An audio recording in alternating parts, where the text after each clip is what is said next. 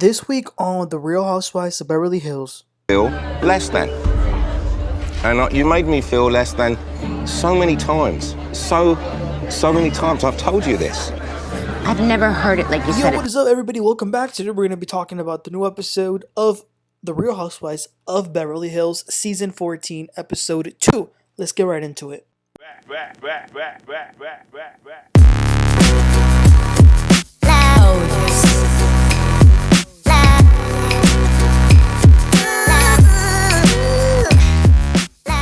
We begin this episode still at this surrealist art party that Sutton is throwing. Dorit found her voice and put Kyle in her place and basically said, "I'm done with your BS." Which, I've never really been a fan of Dorit. Matter of fact, she's really gotten on my nerves a lot of the times. But if I had to pick between Kyle and Dorit in this little feud, I'm definitely on Dorit's team because Kyle is full of BS. I'm sorry. It's the same old Kyle Richards playbook. Act the victim, pretend you did nothing wrong. So Dorit is bringing up that Kyle has really been going around trying to minimize the friendship that they had. Kyle says, "Well, when we were doing Watch What Happens Live at BravoCon, you didn't say I was your favorite." How old is Kyle? That's what made you mad that she didn't say you were her favorite?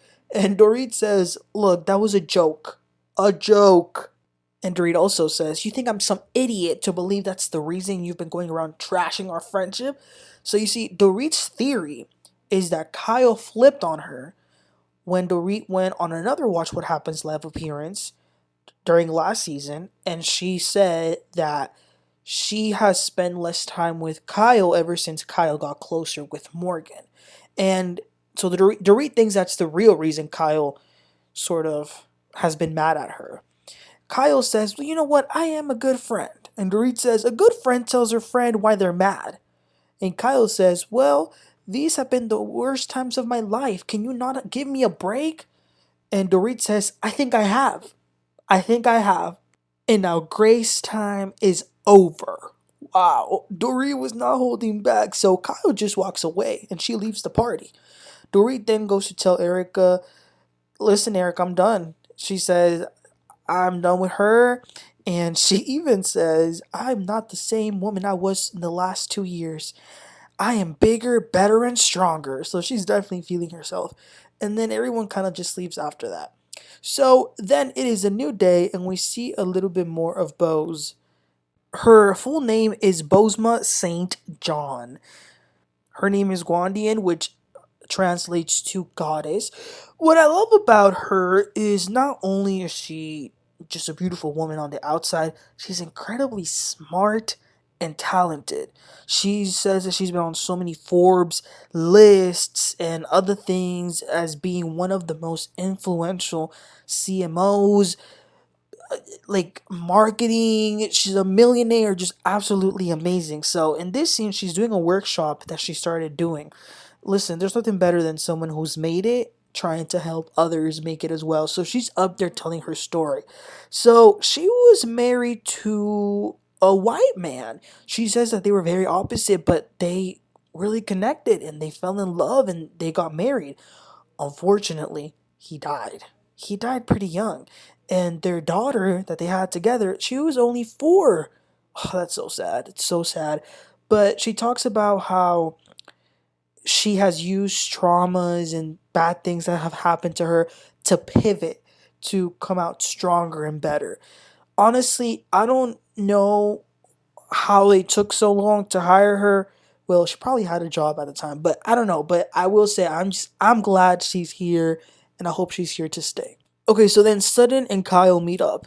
Sutton seems to have put the drama from last year behind her because if y'all remember, Kyle was pretty bad to her. I mean, she kind of insinuated that Sutton had some sort of addiction. It was bad, but I think Sutton hasn't forgot about it, but she's kind of moving on, if that makes sense. So anyway, Kyle is talking about what's going on with her, and she says that she recently went on a family vacation with all of her family, so she thinks that they can still get along. Sutton, she's a little bit of the curmudgeon, the bearer of bad news, and says, "Not for long." money will cause people to change. And Kyle seems to think that Mauricio will not change because he himself has admitted in the past that because of his marriage with Kyle, he's been able to get where he is now financially. Then Sutton says that she wants to be honest with Kyle. She thinks that Kyle should officially file because she says that if Kyle were to do things right now that were like generate her wealth, that could be used when it comes time to have all these disputes when they actually go through the divorce. So she is suggesting that Kyle get ahead of it and do it now. Draw her line in the sand. Sutton also asks Kyle about Dorit. Kyle says that she didn't recognize Dorit the other night. She says that she didn't like the fact that Dorit wasn't nice. So again, Kyle taking no accountability. Dorit and Erika then go over to Bose's house. I liked her house. It's kind of like modern, but also it's giving like element and even a little oasis. It was very nice. So they sit outside and Erika asks Bose what she thought of the party and meeting everyone. And Bose is pretty much like, well, that was a lot. So she then asks Dorit, why is Kyle mad at her anyway? And Dorit says, well, I don't even know. Every time I ask her, there's a different reason. She says that she has felt that that throughout the years, Kyle has always had double standards, which is definitely true. Erika is in the middle of both of them. She says that she sees both sides. Then they ask Dorit how she is with PK, and Dorit says that the kids are under the impression that PK is working and staying at a hotel. Bose asks Dorit that if she sees a chance of a reconciliation, and Dorit says, yeah, that's a possibility. So then, Sutton invites some of the women to her house, Erika and Kathy. She had an idea to buy pizza kits so they can make some homemade pizzas. Sutton tells Erika and Kathy that Kyle told her that Mauricio replaced a picture that was in his office of him and Kyle with a picture of his Dancing with the Stars partner. And Erika and Kathy are shocked because that's crazy. Why would he do that? That's so weird. But anyway, they then get going to Kyle's house because Kyle is pretty lonely in her house right now, but they are surprising her. And it was so funny. It was so funny because Kathy pretended to be an Amazon delivery person and she had to like fake her voice and everything. It was hilarious. Kyle was surprised when they arrived at the door.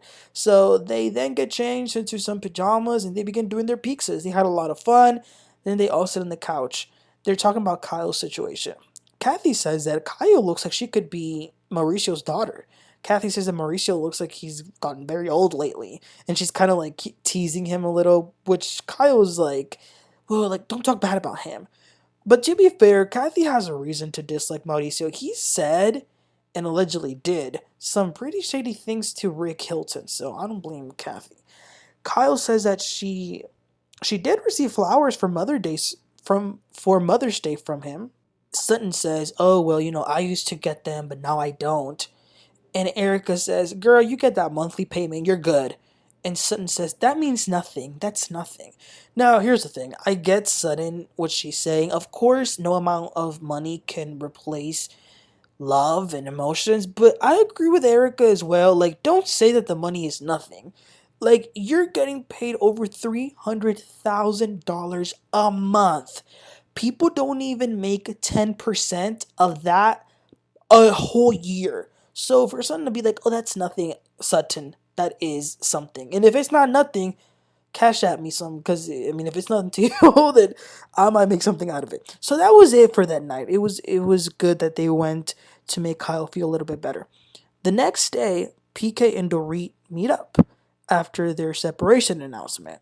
PK like right away starts to brag about the new clothes that he's bought, and he says, I'm single PK, which obviously Dorit didn't like hearing that.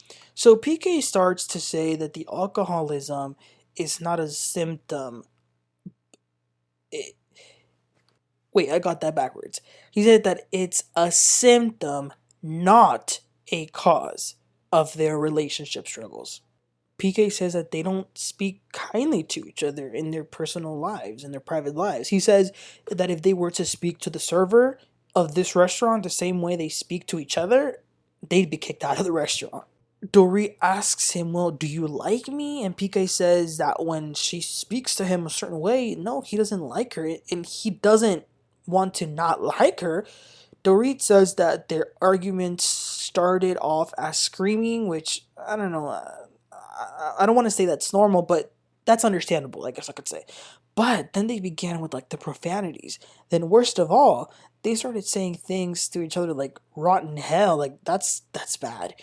PK then says that when they first got together, he was like the person everybody knew and she was his companion. But once Dorit became well known, he was the one with her as her companion and she was the star, and that kind of made him feel less than, which I think that's something that an insecure man would feel, to be honest. Because just because your wife is famous or the star when you go to social settings, that that doesn't mean that it needs to change the dynamic that you guys have as a couple when y'all are in your house, in your personal private lives. But it makes sense for sure. Anyway, he then tells her that they can no longer talk 5 times a day because they need to end their codependency. And then they leave. I didn't really get that part. To be honest, I can see why they separated. I mean, it looks like they have had some very bad years together and lots of fighting, which is bad. And I think that they both have contributed to that. I think both of them are pretty good at, stirring up the pot.